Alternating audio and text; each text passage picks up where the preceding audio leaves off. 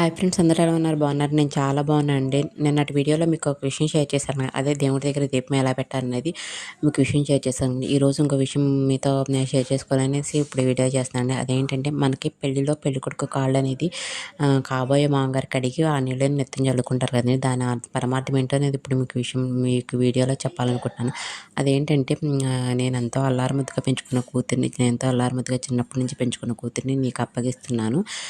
నువ్వు చాలా జాగ్రత్తగా అయితే నా కూతుర్ని చూసుకోవాలనేసి అప్పగించడం కూడా కాదు, దానం ఇస్తున్నాను. ఈ దానం వల్ల నాకు బ్రహ్మలో బ్రహ్మలోక ప్రాప్తి కలగాలని కోరుకుంటున్నాను అనేసి మీనింగ్ అంటండి.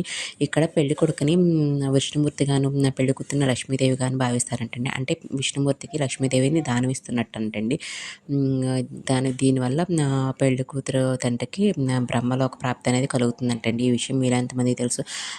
నేను ఒక బుక్ చదువుతున్నాను అండి. ఆ బుక్ చదవడం వల్లే నాకు విషయం తెలిసిందండి. అంటే ఇక్కడ పెళ్లి కొడుకుని విష్ణుమూర్తి గాని, పెళ్లి కూతురు లక్ష్మీదేవి గాను అనుకుంటారంటండి. అందువల్ల కాళ్ళు కడిగిన నీళ్లు తల మీద చల్లుకోవడం వల్ల పుణ్యం అనేది లభిస్తుంది, బ్రహ్మలోక ప్రాప్తి అయితే లభిస్తుందని చెప్పేసి ఇక్కడ పరమార్థం అండి.